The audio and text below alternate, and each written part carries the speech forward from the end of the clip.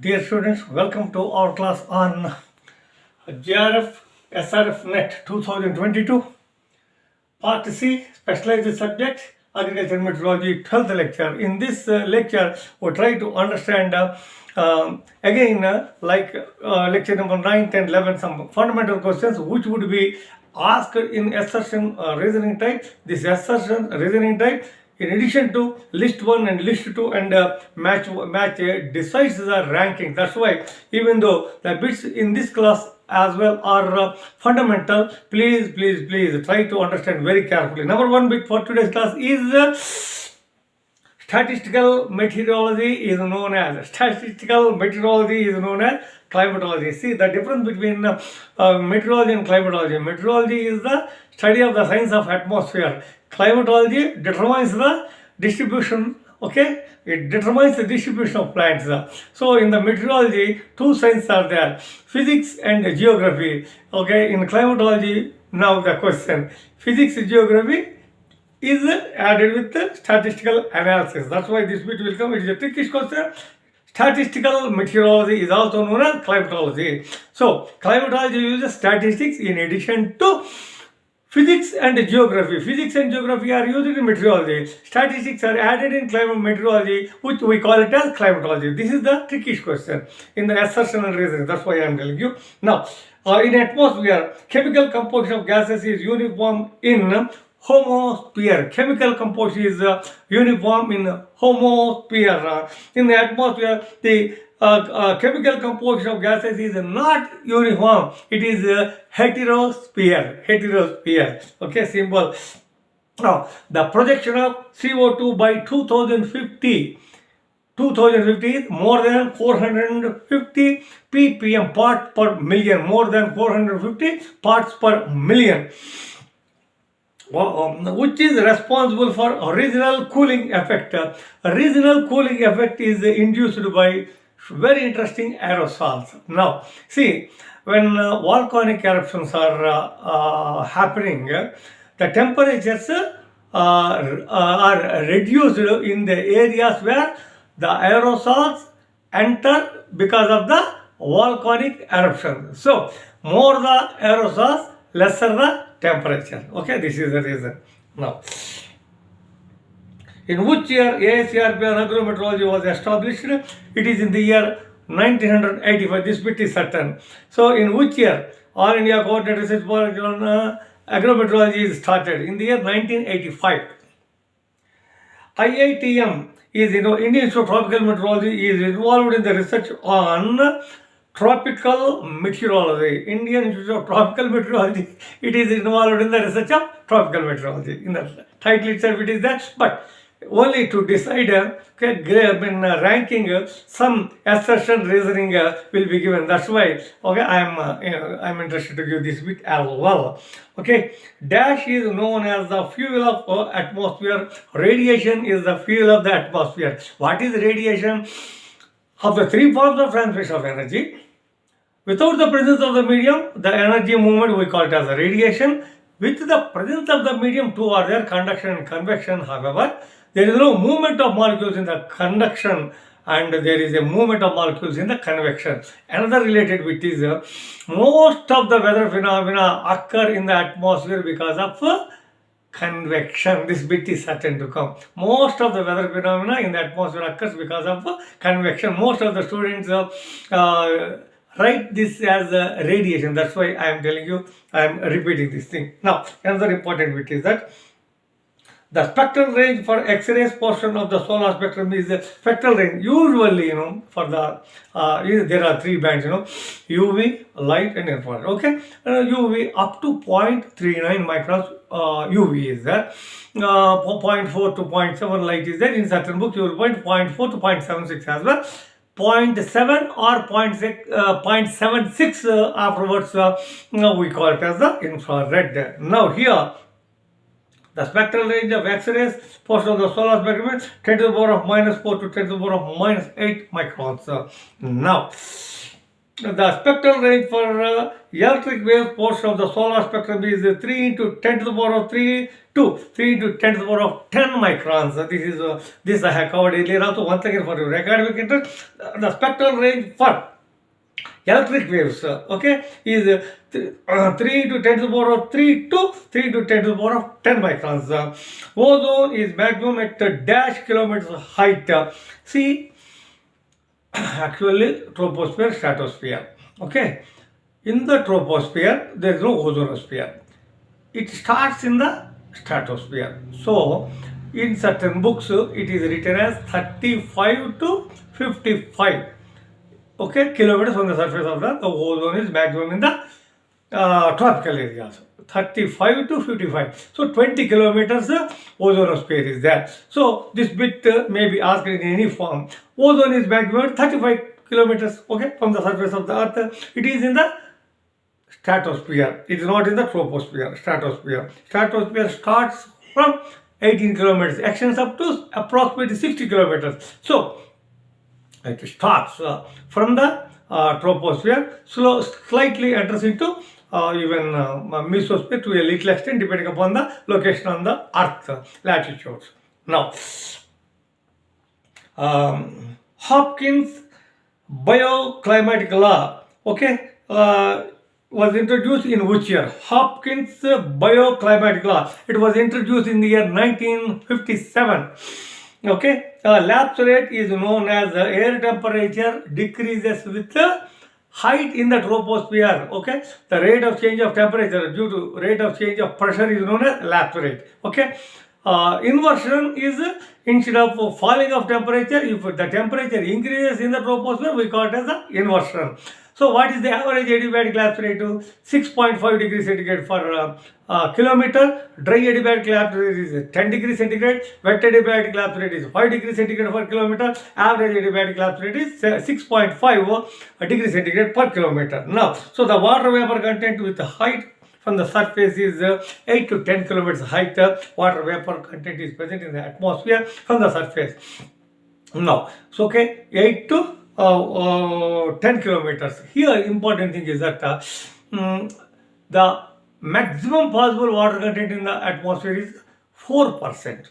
4% is the maximum possible water content in the atmosphere. So here, so high humidity is favorable for the incidence of, please, this is an important question. I explain to you. Humidity induces diseases. Humidity, high humidity. Now, a derivative GDD, growing degree days, so T maximum plus T minimum by 2 minus TB is useful in determining the pests, occurrence of pests. GDD, when it is multiplied by hours of sunshine, we get the heliothermal unit. The heliothermal units indicate the diseases on the crop. Why? If GDD is 15 per day, for example, 20 maximum 30, minimum 20. Okay, T maximum plus T minimum by 2, 30 plus 20, 50 by 2, 25. Now, that is the minus base temperature for Kharif 10. So, GDD on that day is 15 GDD. Okay, now, this 15 GDD into, say, 4 hours of sunshine. Okay, we get 60 heliothermal units. If hours of sunshine are 0, 15 into 0 hours of sunshine, 0 heliothermal unit. So that means on the cloudy day, there is no bright sunshine hours. Cloudy day means high humidity. That triggers the disease. Yes, please note these important points. Okay, this is very interesting to note. Now, so the diameter of Aitken nuclei is less than 0.1 microns. Aitken nuclei less than 0.1 microns. The diameter of giant nuclei is more than 1 micron. The average annual global precipitation is average annual global precipitation. Different numbers, different books, but most standard is 1000 mm. Precipitation, please note that. Precipitation means both rain and snow. Okay, this is very, very. In certain books, you will find 1050. If 1000 is given, you take it. Both 1000 and 1050 are given. There you take 1050. Okay, precipitation. Please look at whether question is embedded with precipitation word or rainfall word. If it is a precipitation, 1050 is correct. Now, the average annual precipitation in India, here also 1190 mm, that is the exact figure. However, in certain book you will find 1200, depending upon the answer given, that you please stick it there. Now, the number of seasons have defined based on the wind direction. Wind, as far as India is concerned, there are two seasons, southwest monsoon, northeast monsoon. So, wind direction is concerned, as far as particularly Asia or India is concerned, there are two seasons with reference to wind, southwest, northeast. Okay, seasonal reversal of winds. Now, the main crop season in India is Kharif. Cashew is a photosensitive as well as dash crop. Cashew is a photosensitive and thermosensitive crop. In the coastal areas, it is grown extensively.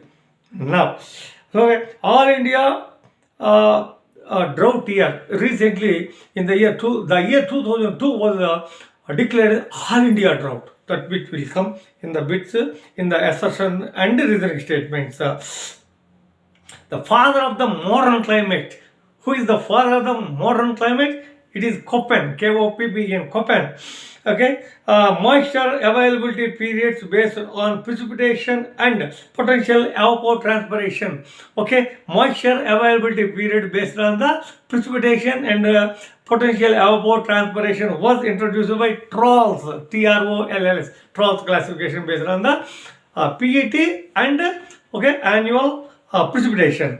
Now, the term capital D small d indicates dew point temperature. Capital T small d indicates dew point temperature. Crop simulation model can be a substitute. Crop simulation models can be a substitute for what? Crop field experiments. That was the philosophy when it was introduced, particularly DSAT, Decision Support System for Agro-Technology Transfer, was introduced with the main objective of reducing the number of field experiments. So, crop simulation models, if you give inputs, what are the inputs? Soil management, water management, fertilizer management, whatnot. When inputs are given, where inputs are not available, some standard, depending upon the soil, depending upon the weather, certain assumptions are made. However, these are useful for what? The question is, crop simulation models are expected to reduce or almost possibly to 10% of the now going on experiments, it can be reduced to that level. That was the objective of crop simulation models. So IPCC stands for, IPCC means Intergovernmental Panel on Climate Change, IPCC, Intergovernmental Panel on Climate Change, IPCC. There are several reports of IPCC. Recently, COP65 had taken place in England. Now, the first Indian satellite in orbit is, the first Indian satellite kept in orbit is Aryabhata. ISRO was formed during the year 1969. Elevated CO2 will lead to reduction in nitrogen use efficiency. This bit will come. Elevated CO2 reduces the nutrient use efficiency. This is the thing. So, when carbon dioxide content is increasing in an atmosphere from, say, present it is approximately 340. By 2050, it is expected to be more than 450 ppm. Now, as the CO2 content in the atmosphere increases, the nitrogen use efficiency, or you can say nutrient use efficiency in at large is reduced. Now, greenhouse effect means, what is the greenhouse effect?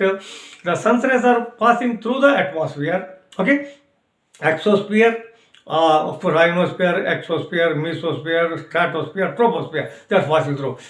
When once the radiant energy touches the earthly bodies, it is a terrestrial radiation. When terrestrial radiation is going reflected radiation, and terrestrial rays are re-entering into the atmosphere, So the aerosols,